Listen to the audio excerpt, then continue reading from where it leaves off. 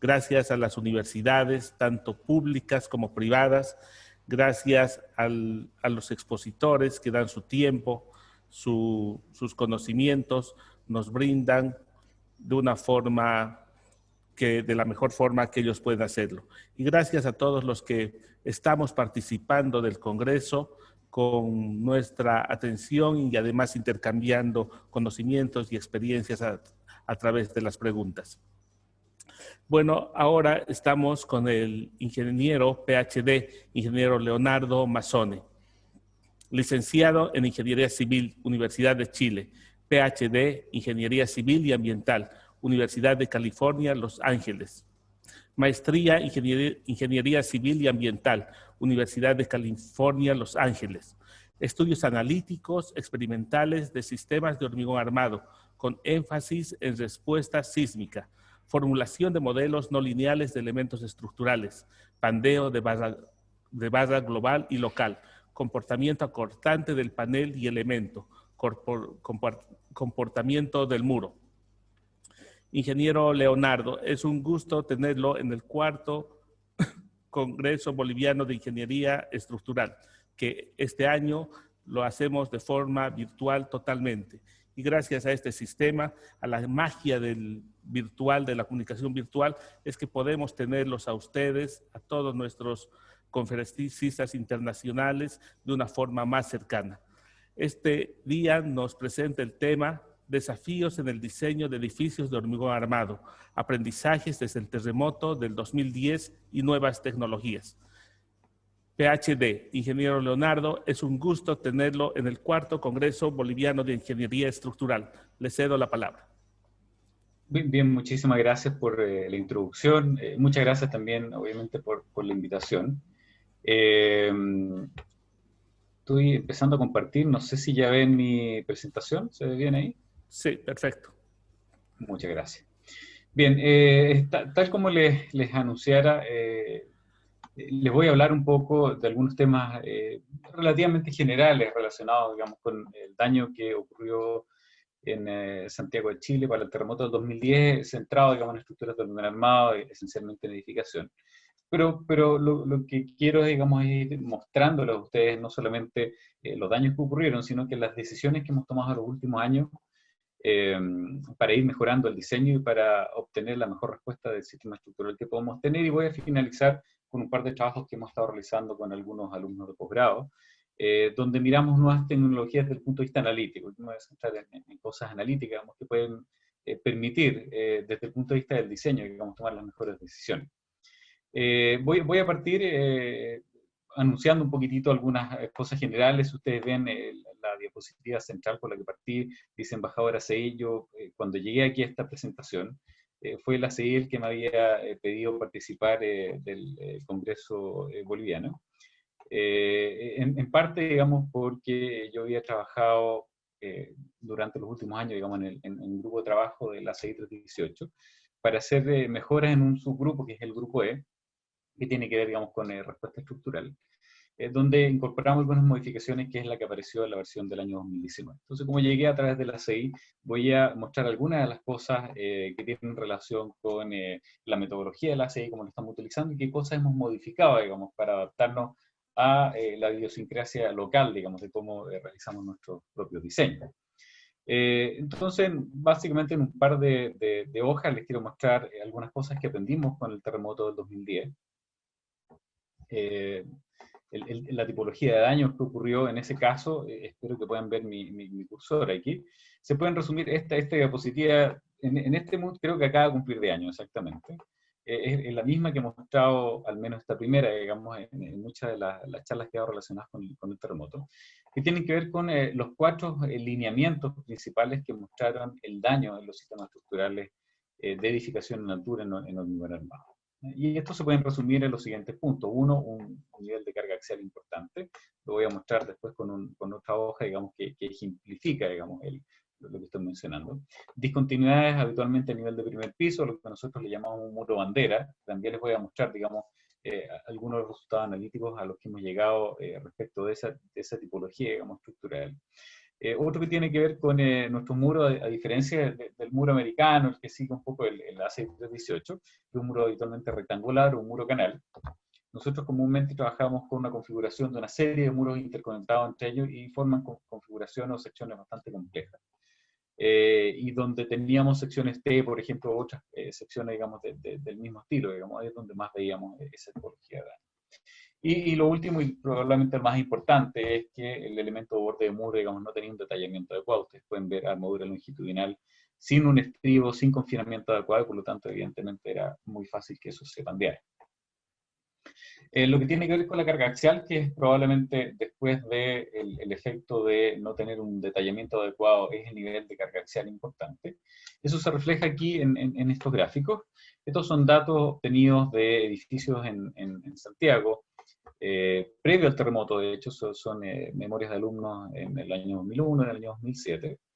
Y tenemos más de 400 edificios analizados aquí. Cada uno de estos puntos es un edificio analizado en una y en otra dirección. Y lo que se muestra, me voy a centrar en estos dos gráficos. En el gráfico de arriba se muestra el área de muro, o sea, la cantidad de área de muro por unidad de área de planta que había en los edificios diseñados entre los años 37, parece, o 38, hasta el año 2007 en la primera figura, de ahí arriba. Y ustedes ven una gran dispersión, ¿no? Eso quiere decir que algunos edificios tienen más área de muros por unidad de área de planta, y hay otros que tienen un poco menos, pero lo que se muestra acá es la línea de tendencia.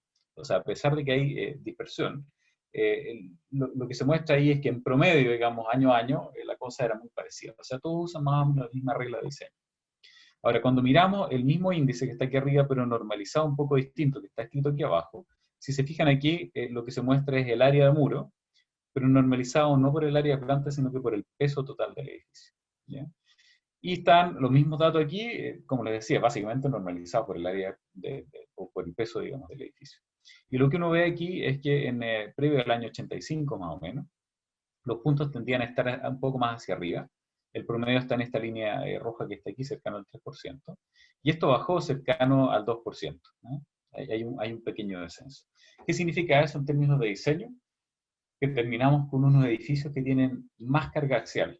¿no? Porque esto, si uno saca el inverso, en el fondo esto es el peso por unidad de área. Y por lo tanto, si esta raya roja está más abajo, es decir que tiene más peso. Ahora, ¿por qué ocurrió eso? Básicamente porque teníamos, antes del año 85, una buena cantidad de edificios en Chile, con más o menos la mitad de ellos en Santiago, pero la gran mayoría de ellos eran de nivel bajo de piso, ¿no? De 15 pisos hacia abajo o algo por el estilo. Pero empezamos a trabajar con edificios de más altura, con la misma cantidad de muros, y por lo tanto empezó a aumentar la carga axial, y eso se tradujo en daño en la estructura. ¿no?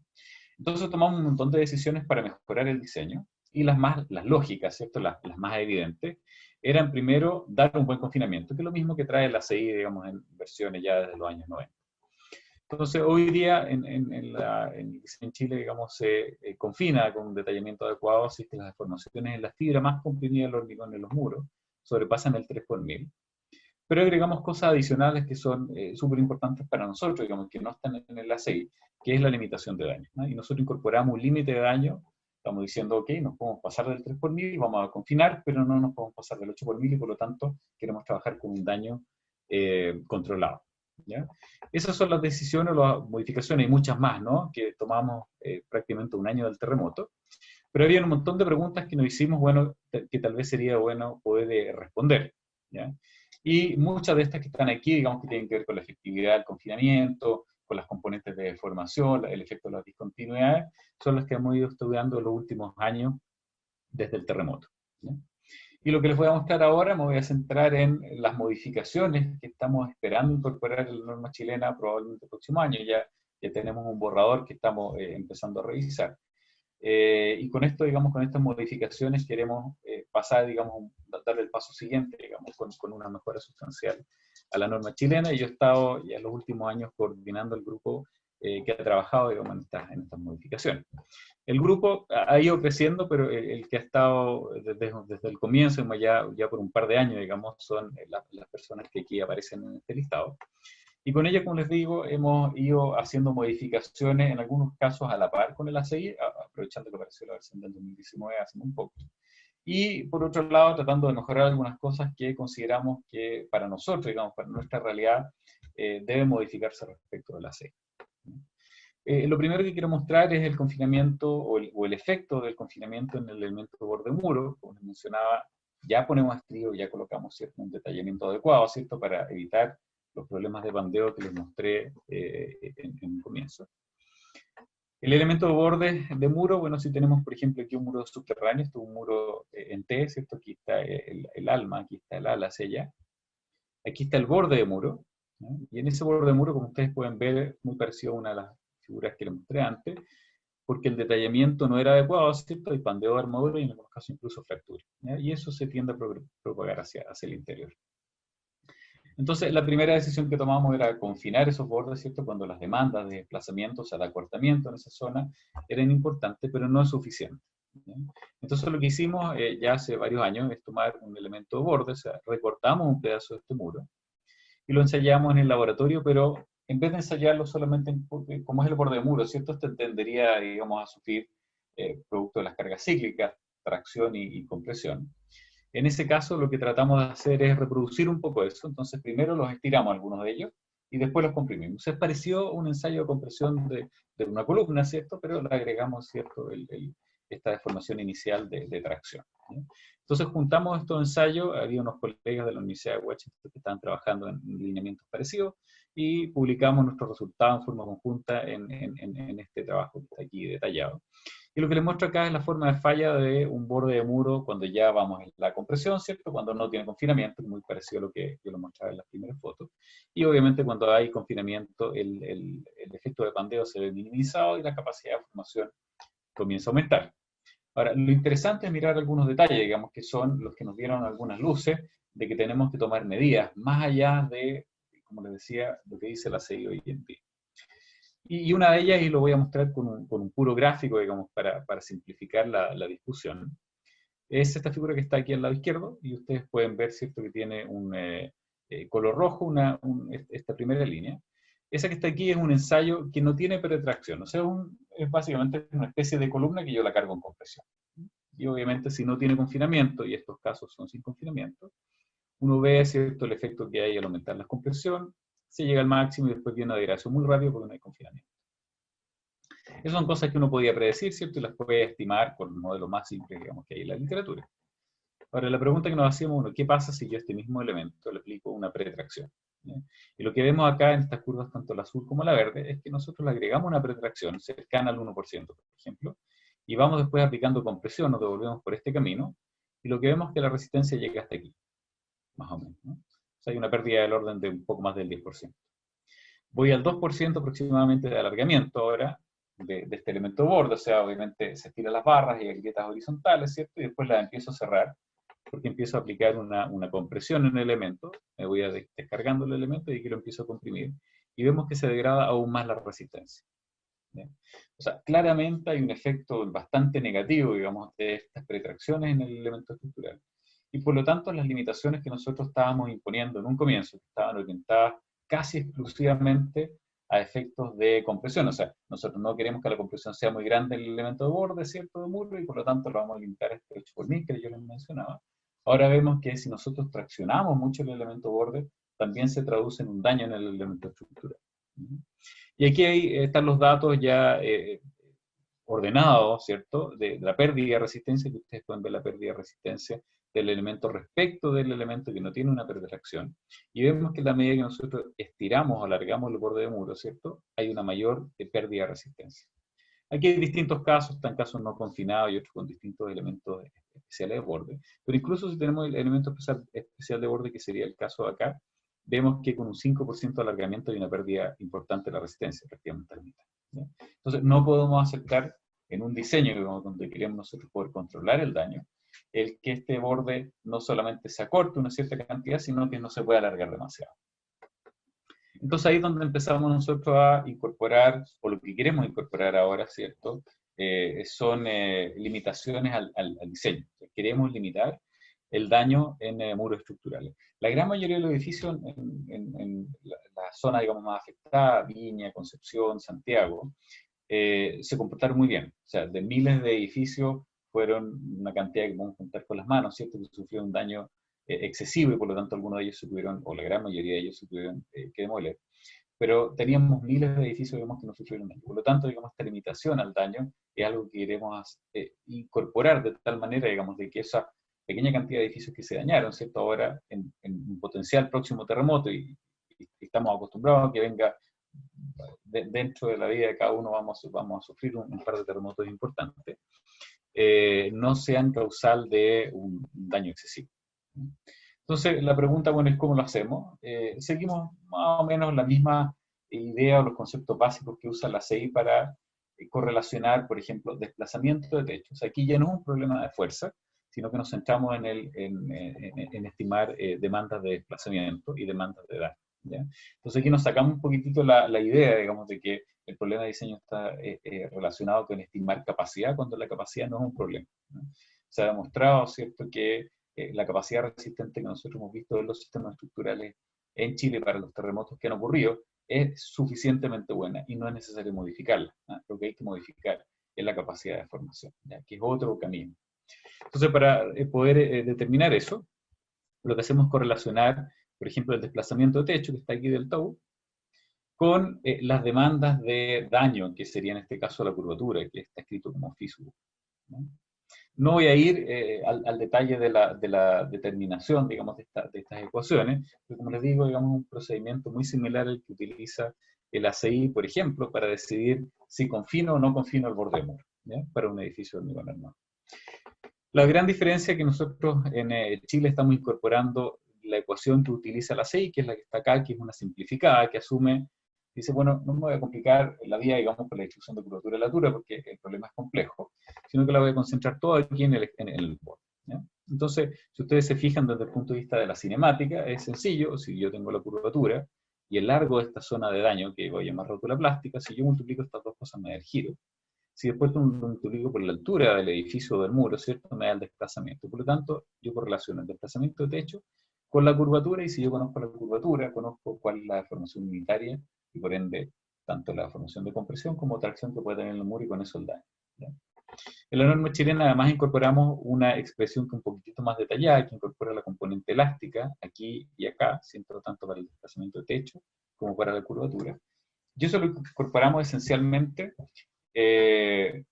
porque queríamos evitar, a diferencia de otras normas internacionales que piensan que vamos a utilizar gran parte de la capacidad de formación inelástica de la estructura. No, en Chile lo que estamos dispuestos a hacer es utilizar buena parte de la capacidad de formación elástica, y si hay alguna incursión inelástica, que ésta sea moderada, ¿ya? Y eso se traduce, digamos, en retrospectiva, en un daño moderado, ¿ya? O sea, es un daño que va a existir en la estructura porque no diseñamos de forma elástica y nadie lo hace prácticamente en el mundo, salvo, digamos, algunas estructuras muy especiales. Pero ese daño, como queremos que sea controlado, sea fácil de reparar, no exista daño excesivo, y como va a ser fácil de reparar, probablemente en muchos de esos casos incluso se van a poder hacer las reparaciones relativamente menores con las personas viviendo en estos edificios, ¿ya? Entonces nosotros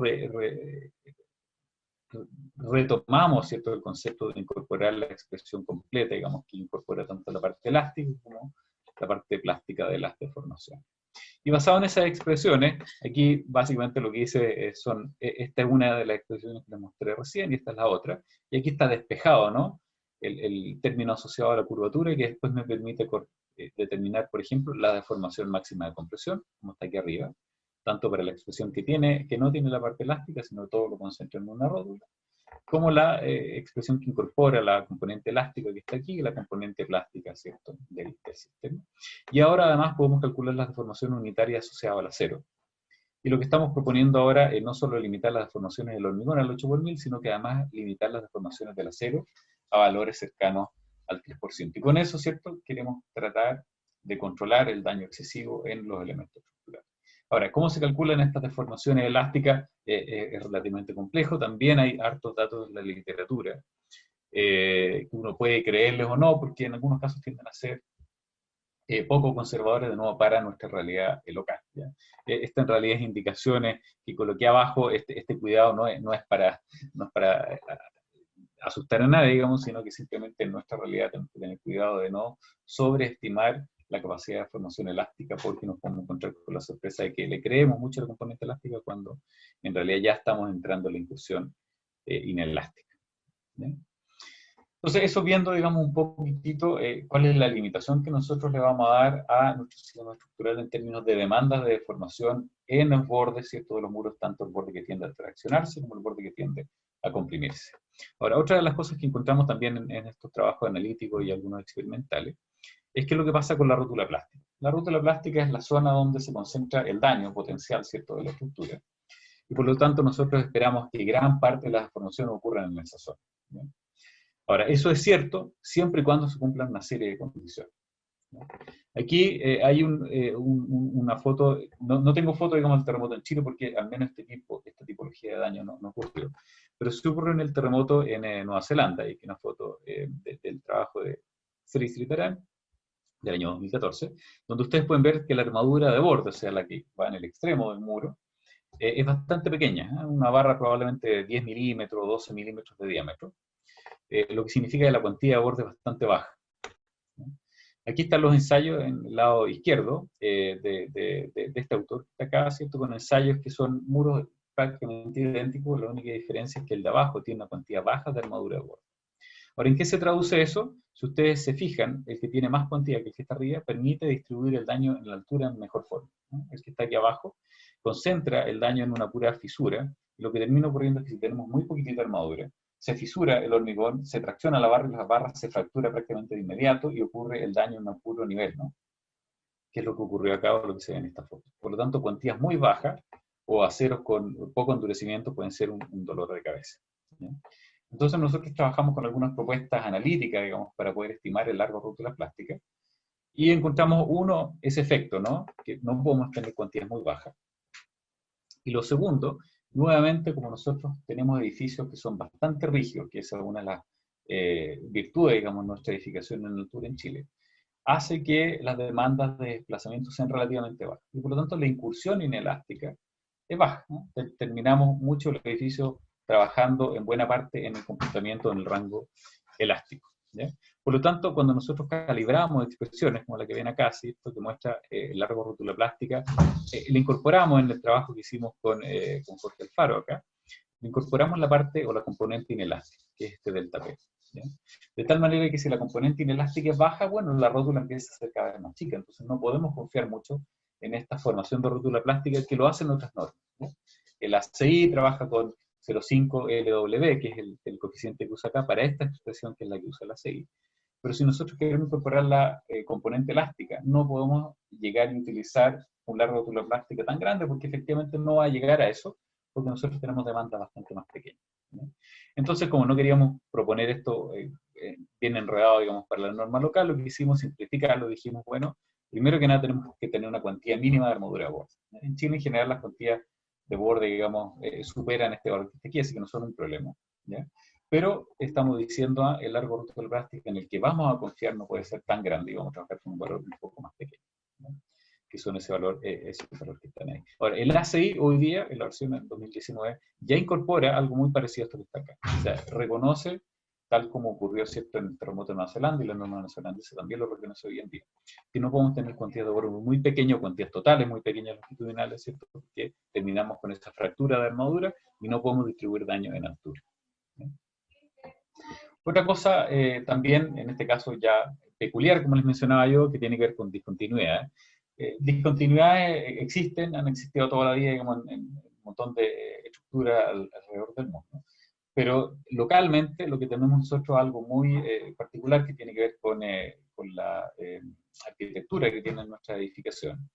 Es que es muy común observar lo que le llamamos el muro bandera, ¿ya? Espero que lo puedan, no sé si esto les estará tapando la presentación. Lo que le llamamos el muro bandera corresponde a un muro, si lo vemos en elevación, que tiene una especie de un sacado, ¿no? Lo que le dirían los americanos un setup, un recogido, ¿no? Y ese recogido ocurre a nivel de primer piso, porque está la entrada de estacionamiento o cosas por el estilo, y por lo tanto los pisos superiores a veces hay terrazas, o el edificio, digamos, supera, digamos, este nivel, y por lo tanto terminamos con secciones más largas, ¿no? Entonces, lo que hicimos es estudiar el efecto de estas discontinuidades, y aquí lo que tenemos son el análisis a través de modelos de fibra, modelos exclusivamente de flexión, pero modelos no lineales, ¿no? Y tratamos de estudiar la respuesta de estos muros, tanto un muro sin la discontinuidad, como está aquí, y un muro con la discontinuidad como el que está aquí abajo, ¿no?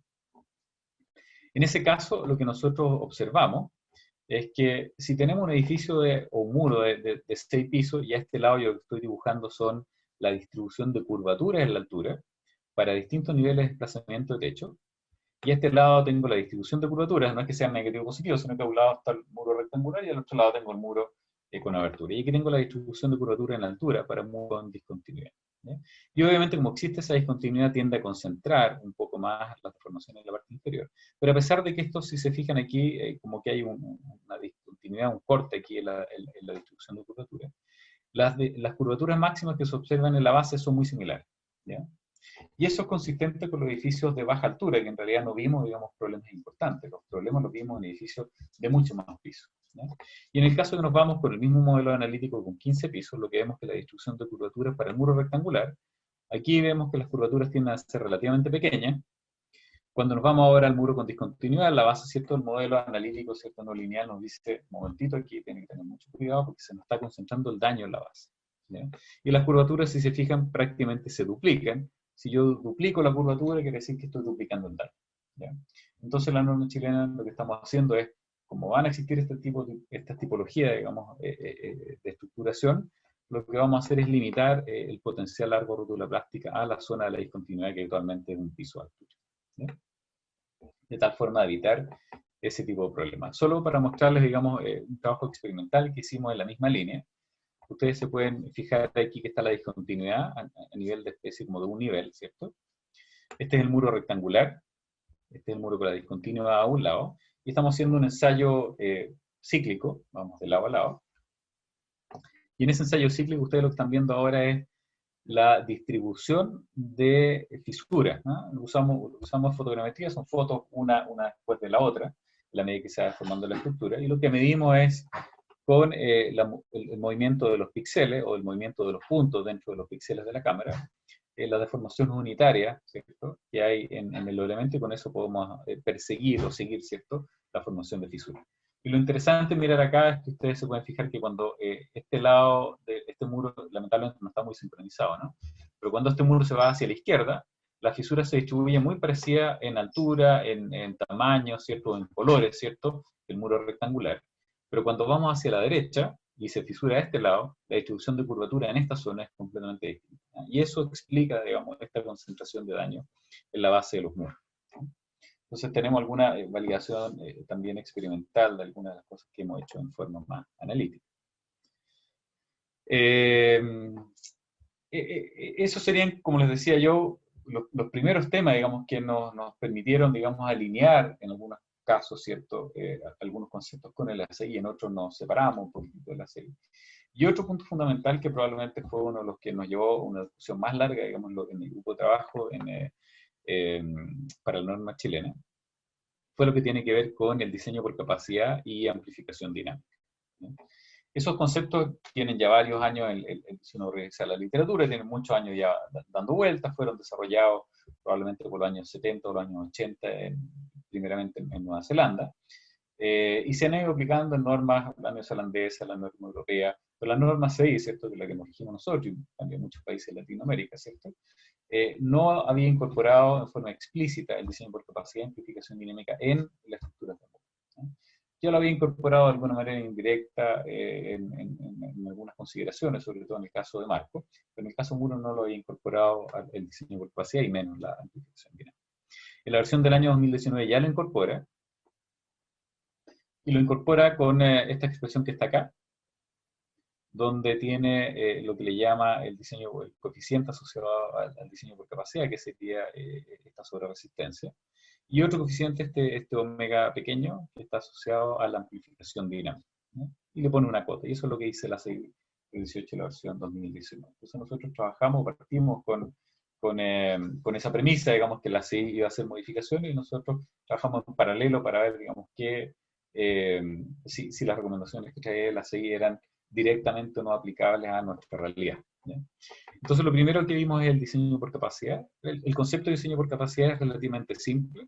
Dice lo siguiente: si uno tiene una estructura y estoy diseñando para un corte PSU, por ejemplo, y para un momento MSU, y tengo, por ejemplo, una altura efectiva de esta carga PSU, este H efectivo que está aquí, Cuando viene el terremoto, lo más probable es que yo, en vez de haber colocado la cantidad de armadura que necesitaba para MSU, coloqué mucha más armadura, ¿cierto? Porque hay que distribuir la armadura, ¿cierto? Hay que discretizarla.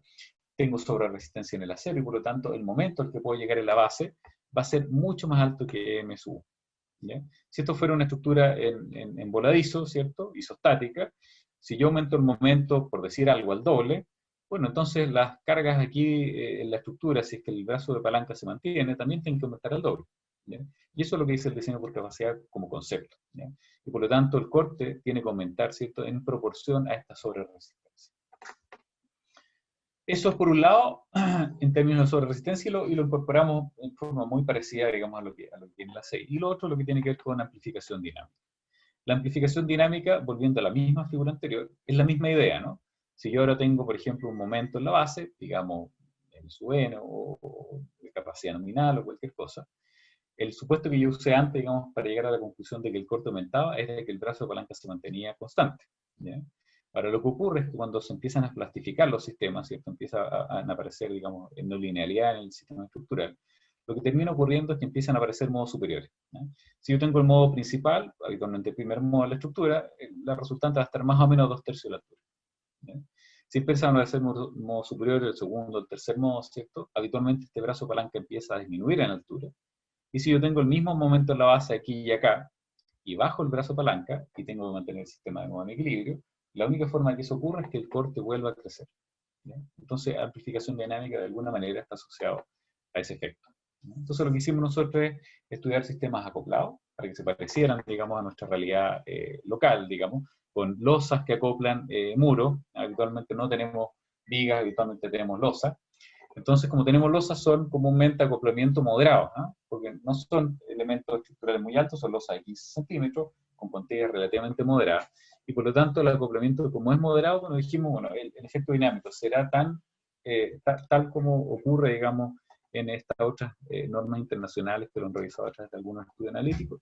Entonces, lo que hicimos es correr estos análisis también con modelos de fibra, modelos no lineales, y estudiamos la respuesta considerando una serie de efectos que estaban relacionados con el terremoto del 2010 y algunos otros terremotos previos, como el del año 85, también fue bastante intenso. ¿Ya?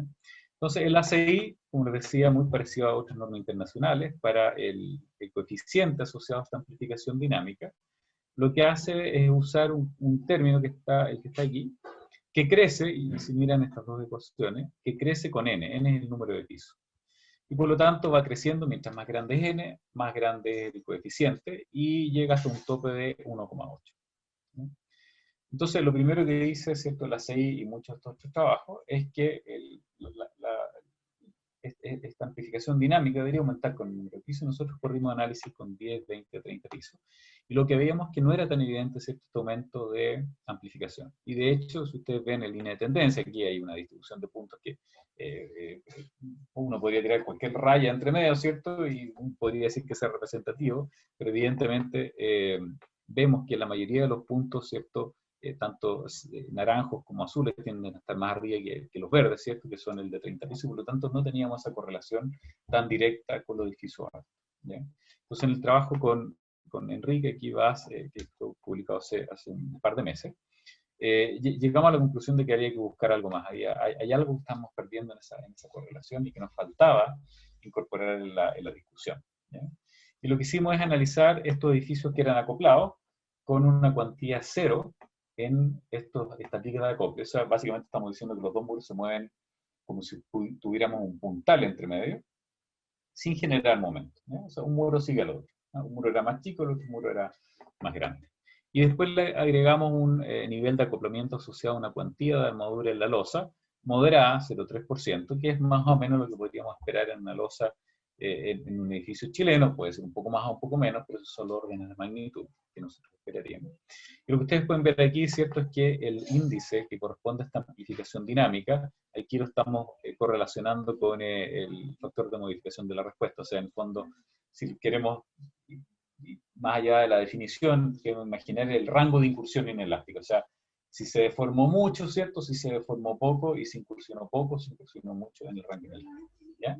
Y lo que vemos aquí, ¿cierto?, es que hay una tendencia importante a aumentar muy rápido con esta incursión inelástica de los edificios que no tienen ningún acoplamiento, que son ciertos edificios con muros en voladizos, que son muy parecidos al edificio americano, donde está un muro aislado, ¿cierto?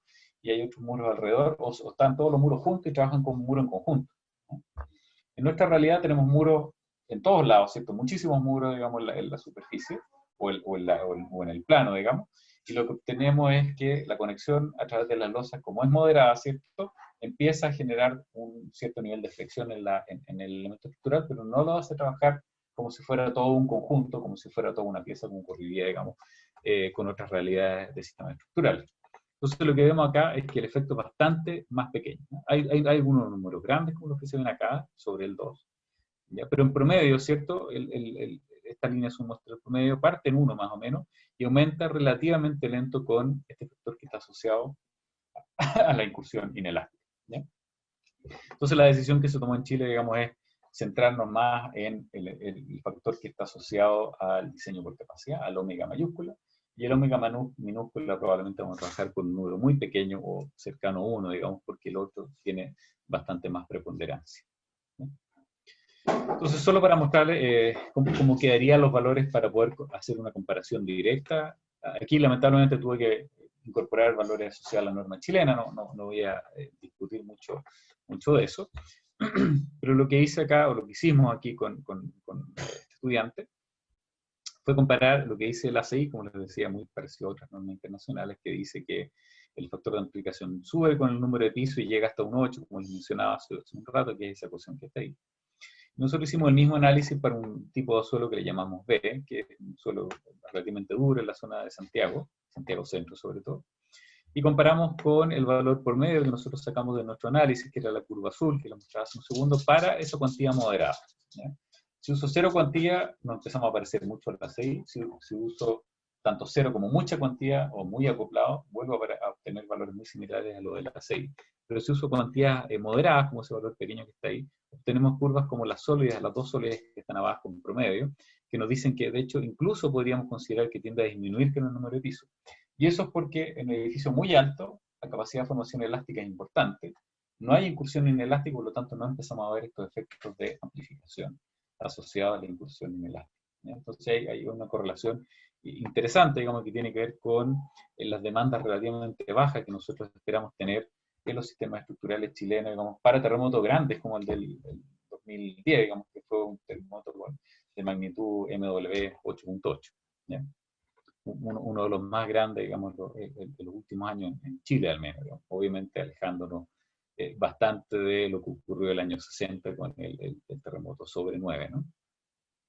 Entonces eso nos llevó a esa conclusión, ¿no? Ya tenemos de alguna manera un dato importante con el que nosotros podemos trabajar y que podemos incorporar en la norma chilena. Entonces, lo que les mencioné hasta ahora, de alguna manera resume en forma bien sucinta buena parte, digamos, del trabajo tanto analítico y alguno experimental que hemos llevado en los últimos años para hacer mejoras en la norma chilena, ¿eh? Y como les decía, algunas alineadas con el ACI y otras desviándonos de la ACI, digamos, da las demandas que nosotros queramos tener en nuestra estructura.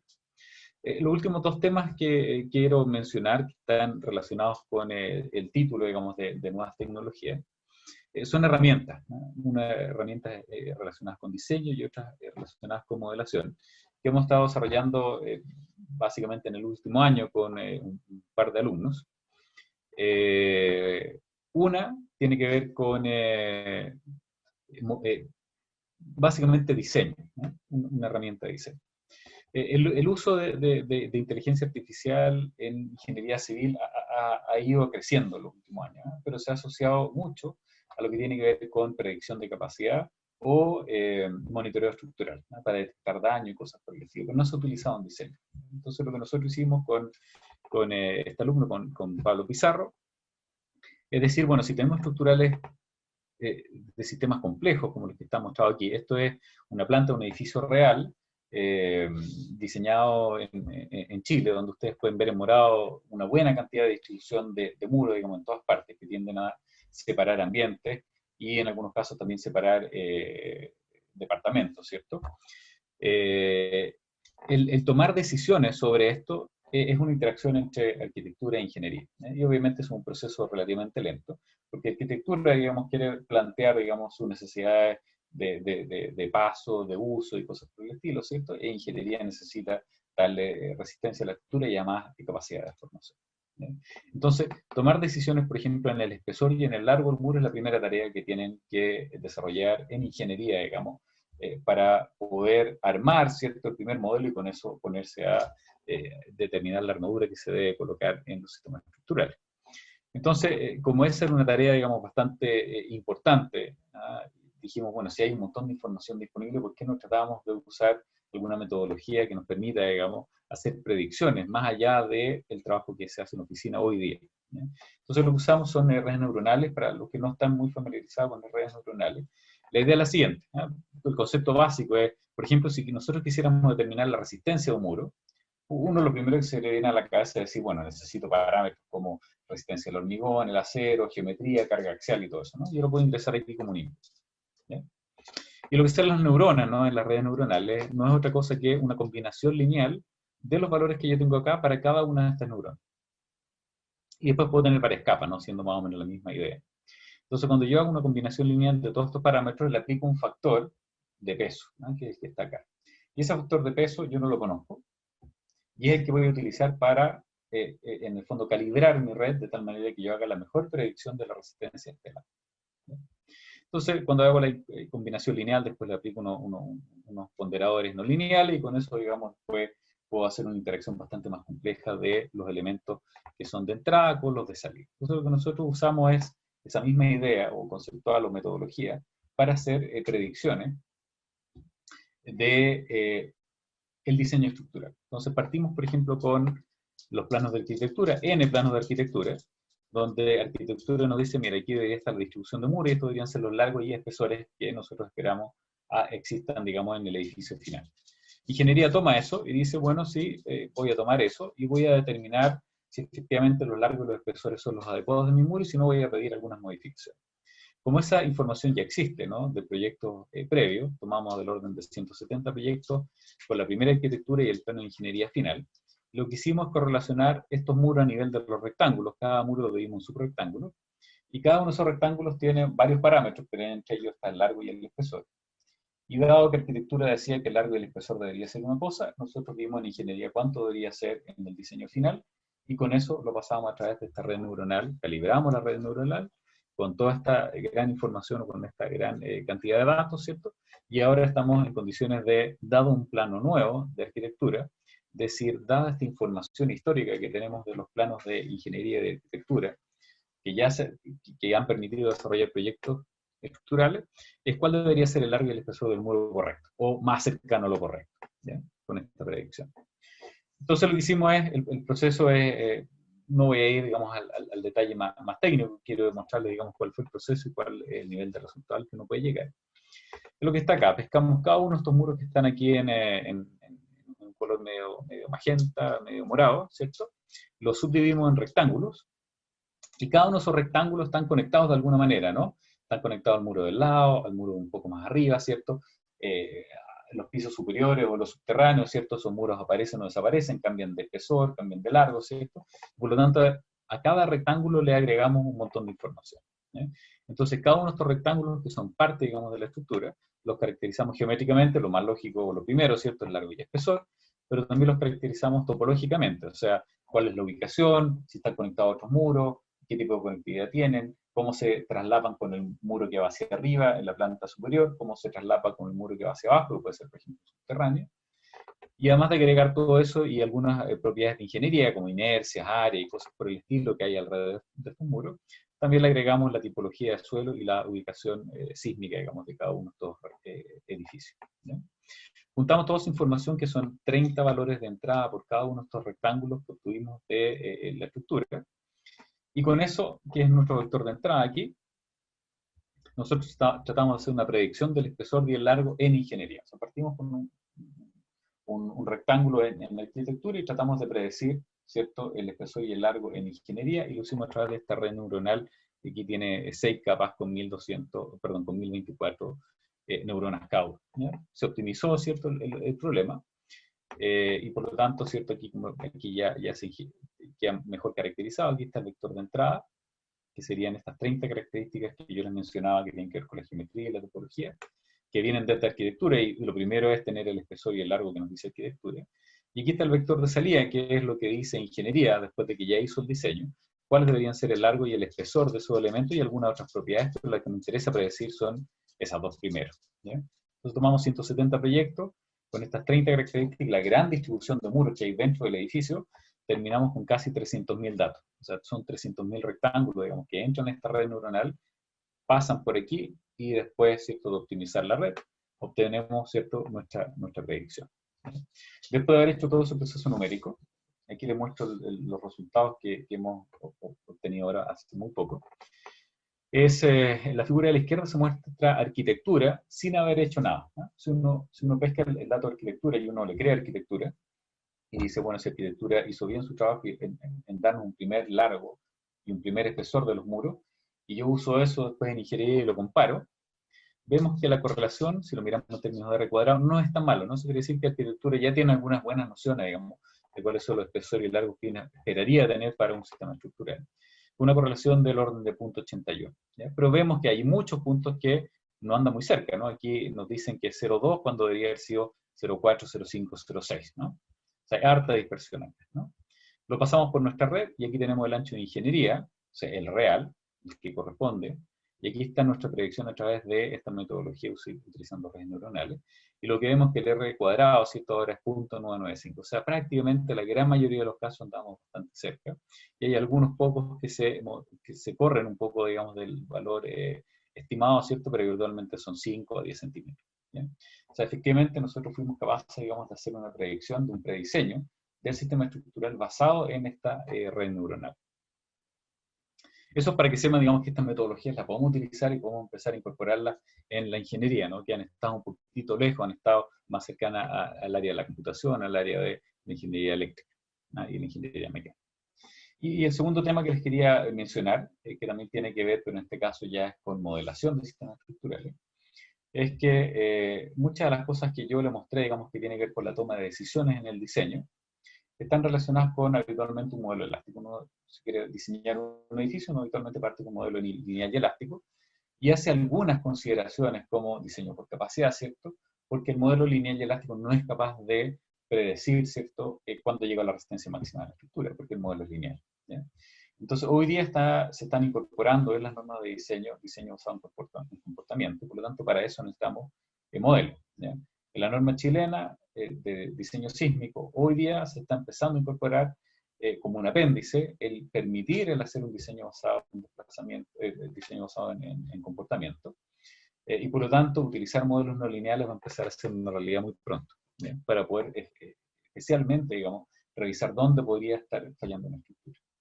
Entonces, aquí les quiero mostrar un trabajo también realizado con otro alumno, con Carlos López, y con un profesor de la Universidad de Fullerton, un colega, donde tratamos de incorporar o desarrollar un modelo que por un lado fuera bueno, o sea, que fuera capaz de capturar no solamente la capacidad de flexión que utilizan o que pueden realizar modelos flexurales basados en fibras, como el MDLM que está aquí, que está desarrollado y que está incorporado en OpenSystem, una plataforma abierta, digamos, para análisis estructural no lineal.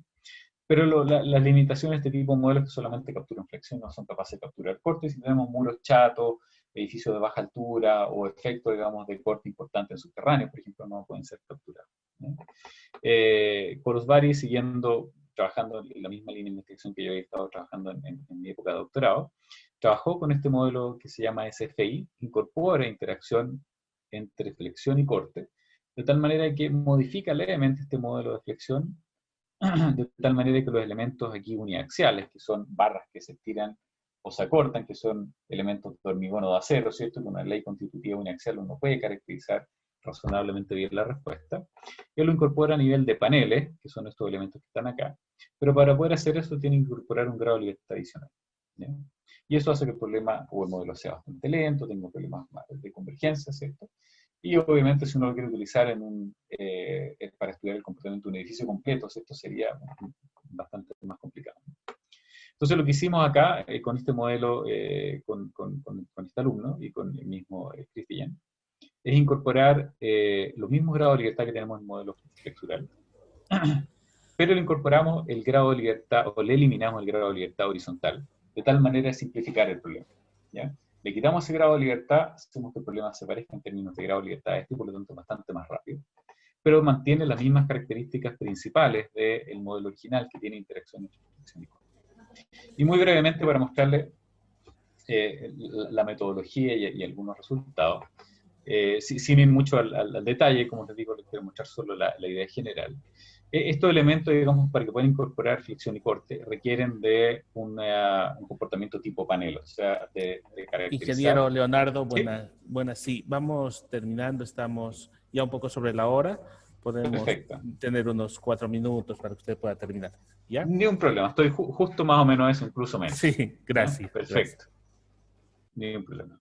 Entonces, como les decía, este panel que estaba acá tiene una componente vertical y una componente de corte que están asociadas a los grados de libertad que están acá, ¿no? Entonces, en general, por compatibilidad, yo conozco cuánto vale eso.